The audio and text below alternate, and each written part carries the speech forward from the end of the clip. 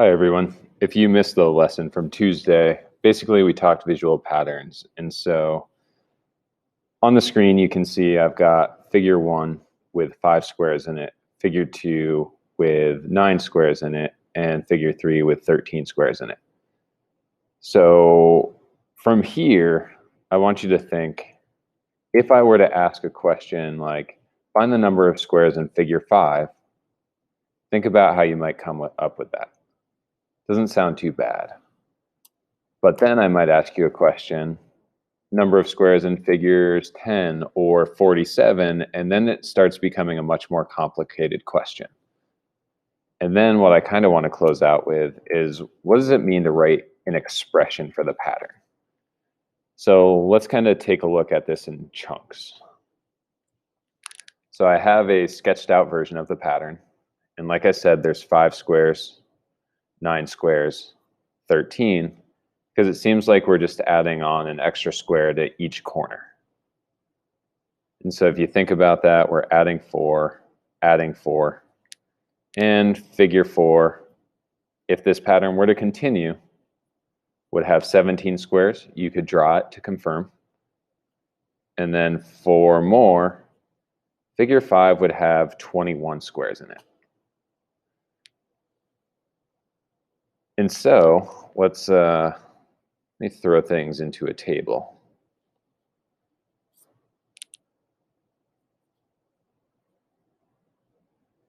So our goal, remember, is also to figure out figures 10 and 47.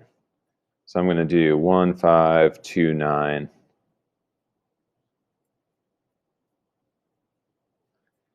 Well, if I were to go to 10, I could count it out. There's nothing wrong with that. A little bit annoying, but not awful. Just keep going by 4s.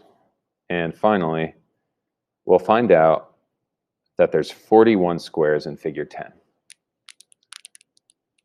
But going all the way to figure 47 here, I don't really want to count by 4 37 more times to get there. So my goal is to find a shortcut. So in theory, if I were to go backwards to figure 0, and figure 0 were to fit this pattern, it means whatever the previous number was, adding 4 should get me 5. So that's going to suggest that there was really one block in figure 0. I'm going to add that to my table. So if I look at figure 5, notice how I had to add 4, 1, 2, 3, 4, 5 times to get there. Well, if you notice, what is 4 times 5? That's going to be 20. And then if I add on that one extra block we were starting with, notice how I get 21, which is the same as the number of squares in figure 5. Well, let's think about that. Does it work for figure 10 also? So to get to figure 10, I'd have to add by 4 10 times, which is 40, plus 1 equals 41. Sure enough, seems to work there, but let's try something that's not a nice multiple of 5. Let's try 7, for example. See, what's 4 times 7? That's 28, plus 1 extra. That is 29.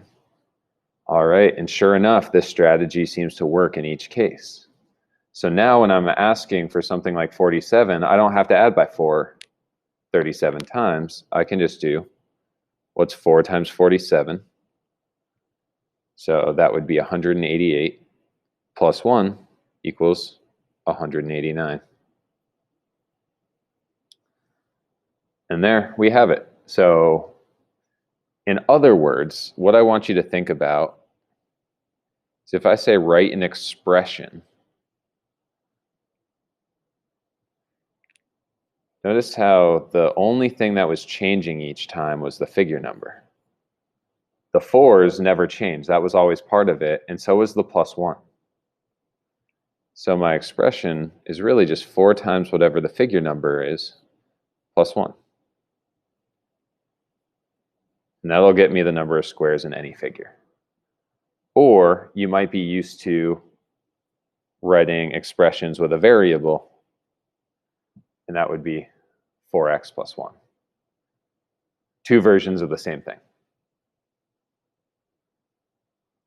All right.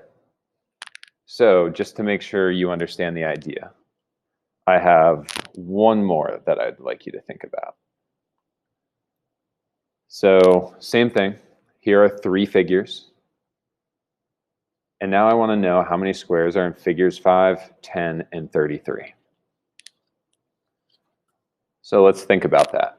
Let's use the same exact reasoning that we just used. So you'll see that there are 5 poorly drawn squares here, 7, and then 9. And you'll see that that's really just gaining an extra square top and bottom, extra square top and bottom. So I'm betting figure 4 is probably going to have 11. And figure 5 is going to have 13. You could draw it just to confirm, but these are in fact going to be true. Now I'm going to work backwards. I'm going to say, what about figure 0? Well, if it fits the pattern, it's got to have 3. And that's really just going to be kind of that middle row. All right, so I have my starting value and I have my change. Some of you might already see the expression. If you don't, let's think about it. So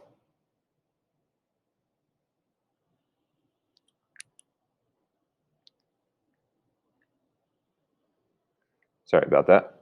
My screen froze.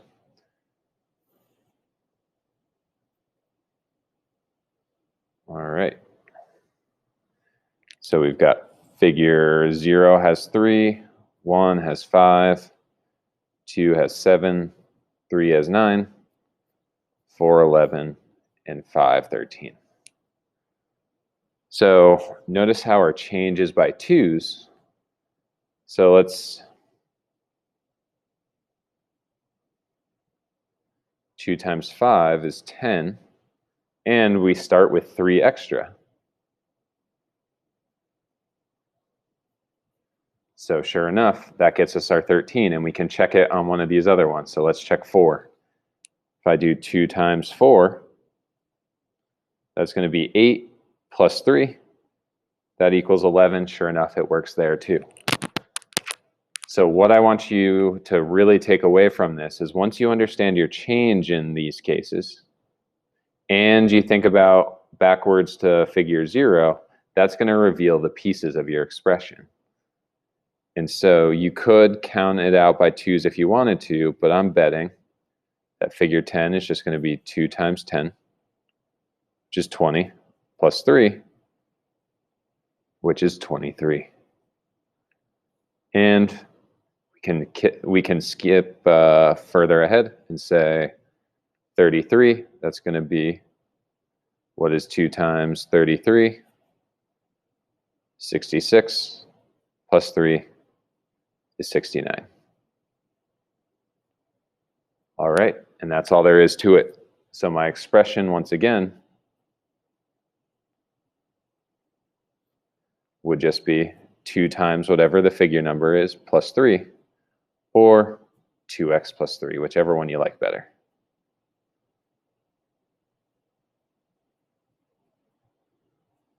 All right, that's the gist of it. However, if you're working through the problem set and you decide to tackle the challenges, your expressions aren't going to be quite this nice. They'll actually be a little bit more complicated.